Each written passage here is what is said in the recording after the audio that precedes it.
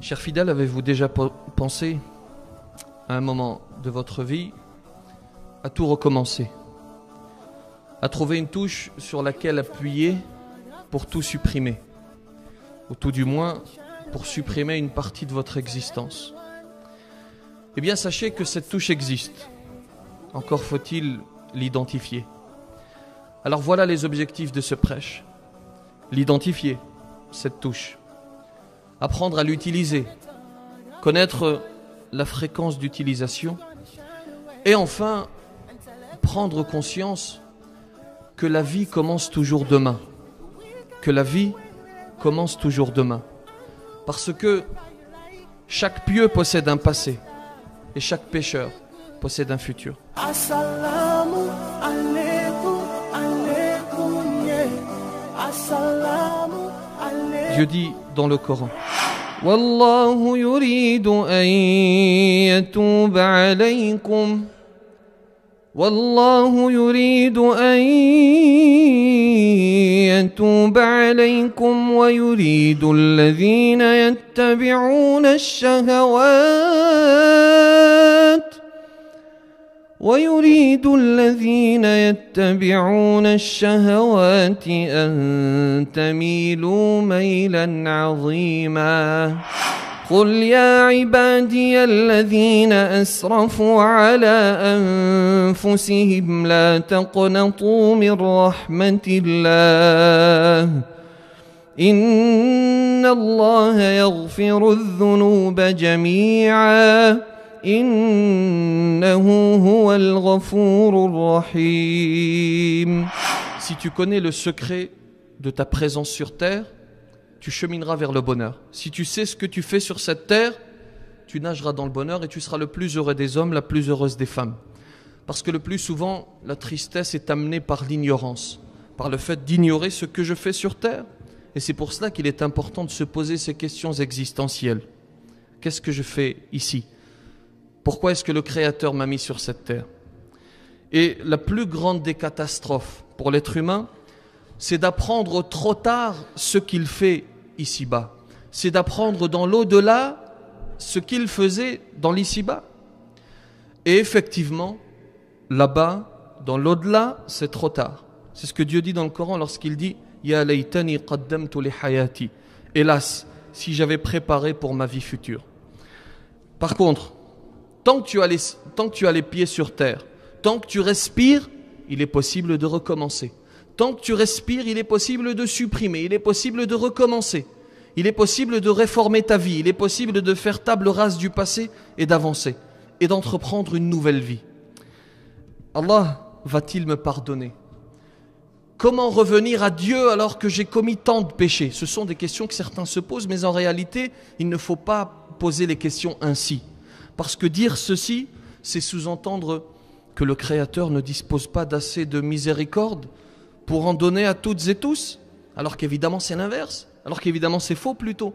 Il dispose, sa miséricorde est infinie, est immense. Il faut certes regarder la quantité de ses péchés, mais à côté de cela, il faut se rappeler de l'immense miséricorde du Créateur.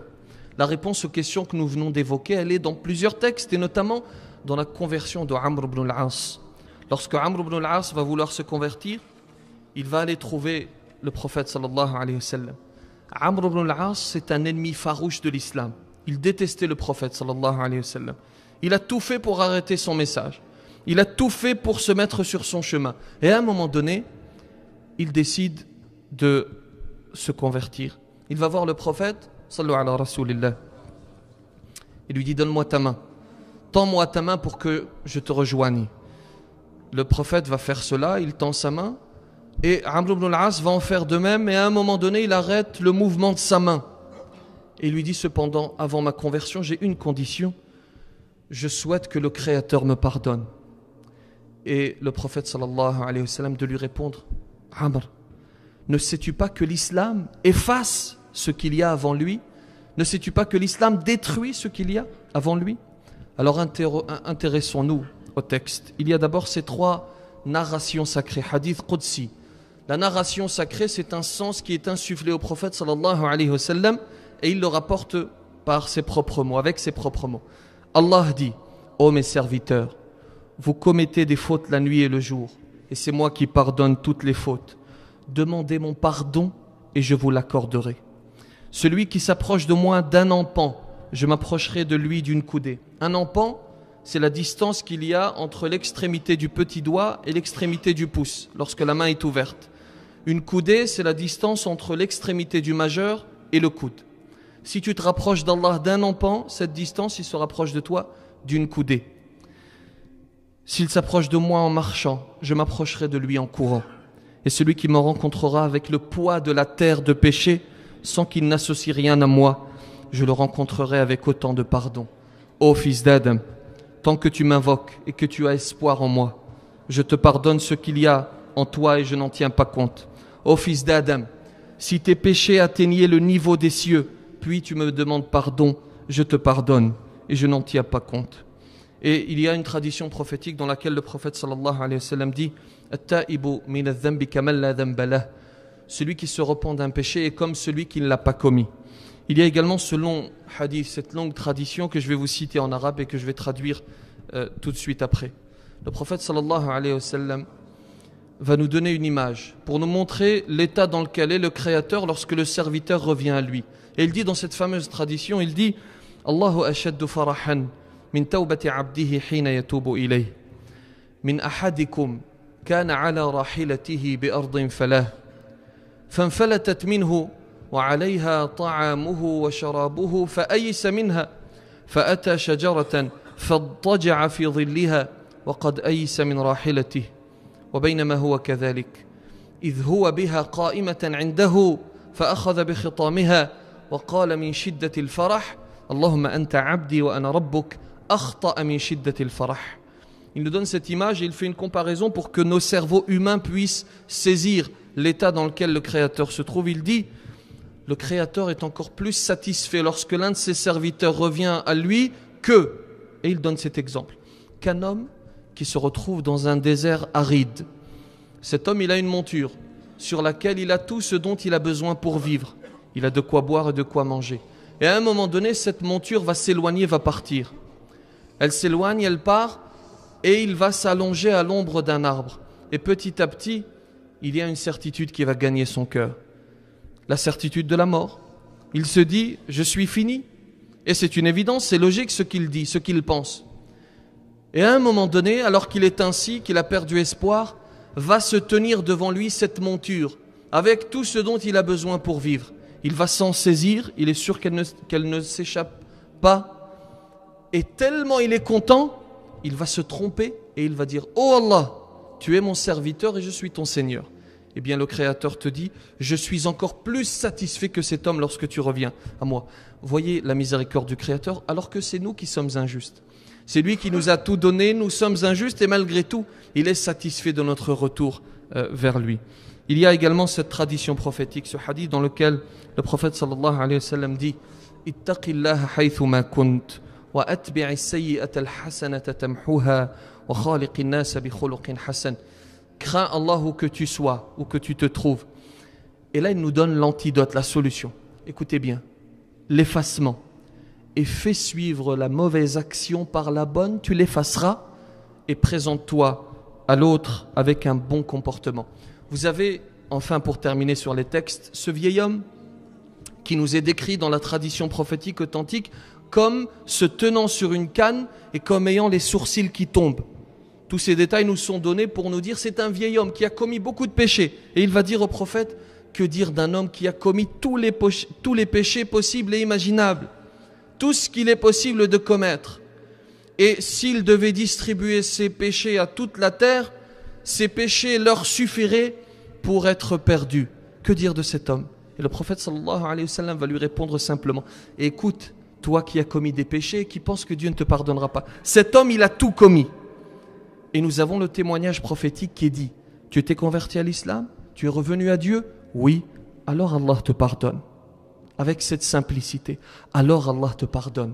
Et cet homme, il est tellement content qu'il repart en disant Allahu Akbar, Allahu Akbar, Allahu Akbar, jusqu'à disparaître à l'horizon. C'est ce qui nous est rapporté dans la tradition prophétique. Le retour à Dieu n'est possible que si l'être humain pêche. Et c'est le Créateur qui a voulu que sa créature pêche. C'est une décision divine, car il aurait pu nous créer parfaits. Mais il n'a pas voulu cela. Et le premier d'entre nous qui a péché, c'est Adam alayhi salam. Lorsqu'il était dans ce paradis et qu'il avait tout ce qu'il désirait, il pouvait demander ce qu'il voulait. Et malgré tout, il va désobéir et il va toucher à cet arbre. Et il va être sanctionné par la suite. Eh bien, cela nous montre les penchants de l'être humain. Cela nous montre la nature humaine. Entre autres, l'une des leçons de l'épisode de Adam alayhi salam, lorsqu'il désobéit, l'une des leçons, c'est de nous dire, nous sommes ainsi, le Créateur nous a ainsi fait. Et c'est pour cela qu'il faut bien comprendre que le Créateur ne veut pas que tu sois parfait. Le Créateur ne te demande pas de nier ta nature humaine, ta nature fautive. Il ne te demande pas cela. Il te demande de te présenter avec humilité devant le parfait. Il te demande de te présenter devant lui. Il faut vivre avec la philosophie suivante. Je suis un être humain et je suis conscient que je pêche. Je suis conscient de cela. Mais j'ai besoin de mon Créateur. Il y a ce besoin que nous devons exprimer. J'ai besoin de mon Créateur pour qu'il me pardonne. Et je m'engage à ne plus recommencer. Le Créateur nous a demandé de l'invoquer pour qu'il nous réponde. Il nous a demandé de lui demander pardon pour qu'il nous accorde son pardon. Il connaît le tréfonds de nos âmes, mais il veut que nous fassions la démarche. Il veut que nous allions vers lui avec humilité pour lui demander pardon. Et se repentir, c'est prendre conscience de ses péchés. C'est enfin en prendre conscience. Vous avez une femme qui un jour va demander à un imam et lui dire « Je suis revenu à Dieu. Mais depuis que je suis revenu vers mon Créateur, j'ai l'impression de commettre encore plus de péchés. » Et l'imam va lui dire « En réalité, c'est peut-être faux. Parce que lorsque tu péchais et que tu n'étais pas revenu à Dieu, tu commettais de graves péchés, mais tu n'en prenais pas conscience. Alors que depuis que tu es revenu vers le Créateur, tu prends conscience du moindre petit péché et tu as l'impression de désobéir encore plus alors que peut-être tu désobéis moins au Créateur. Donc se repentir, revenir à Dieu ne suffit pas. Il faut prendre conscience de nos péchés, de nos petits et de nos grands péchés. Le repentir doit se répéter. Le croyant pêche et se repent. Vous avez cette fameuse tradition prophétique tous les fils d'Adam sont fautifs et les meilleurs des fautifs sont ceux qui se repentent. Vous avez le prophète sallallahu alayhi wa sallam lui-même qui est notre modèle, qui revenait à Dieu 70 fois par jour et dans une version plus de 100 fois par jour.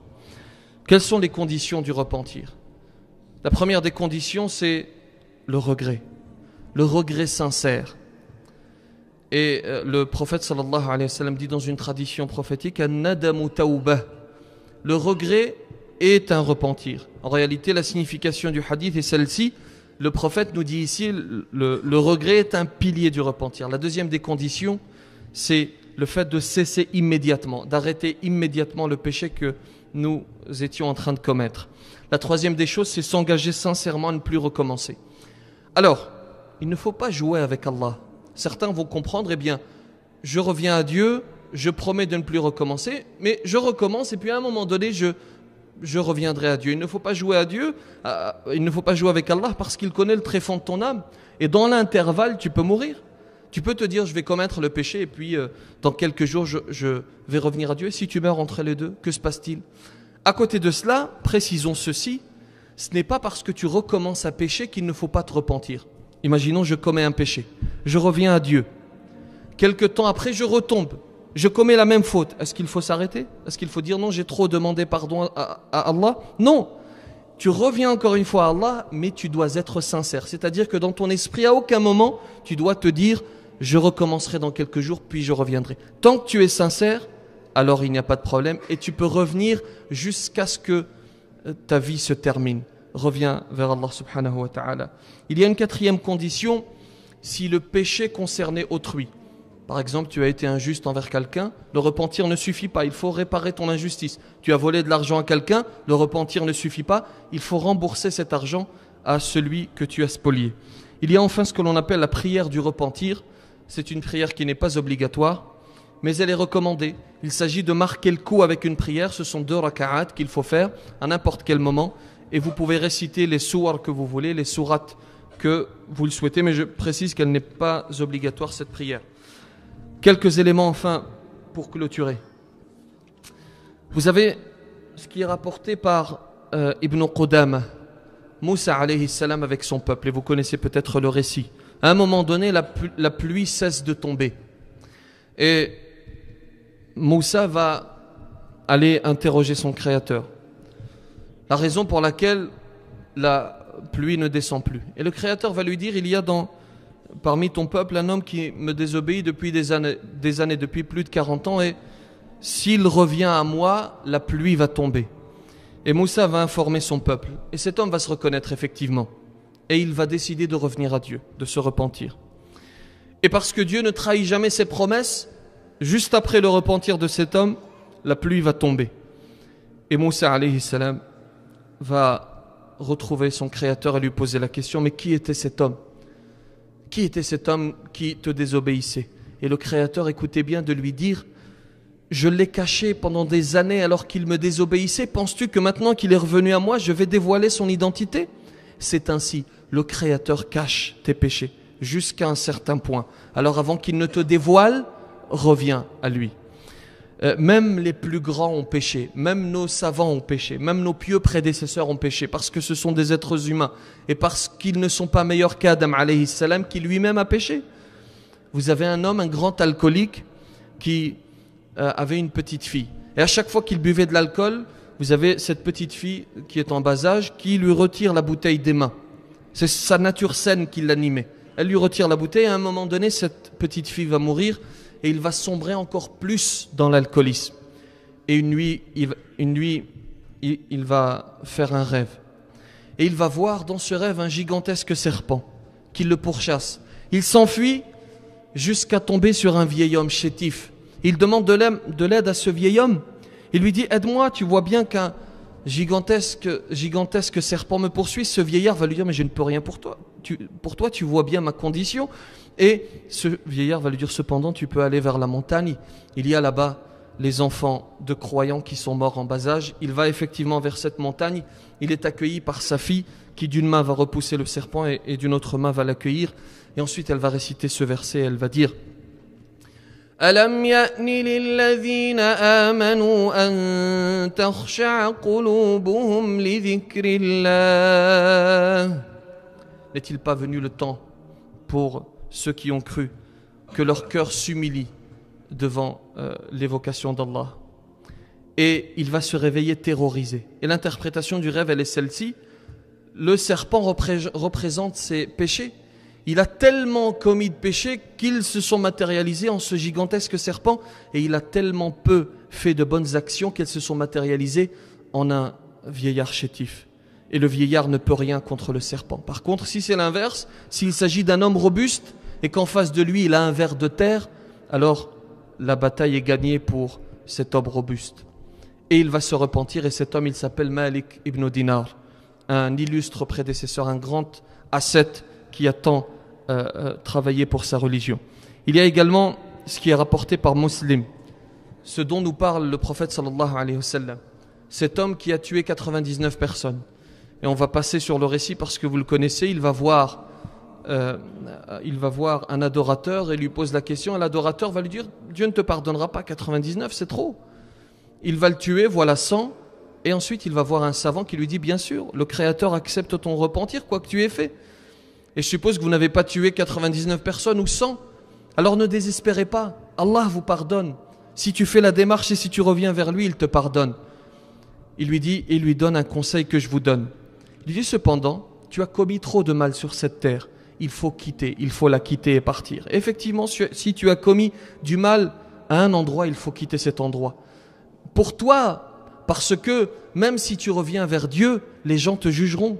C'est lui qui revient, c'est lui qui va à la mosquée maintenant, c'est lui qui... Je le connaissais alors qu'il était en discothèque, etc. Vous voyez, il faut quitter l'environnement dans lequel tu as commis le mal.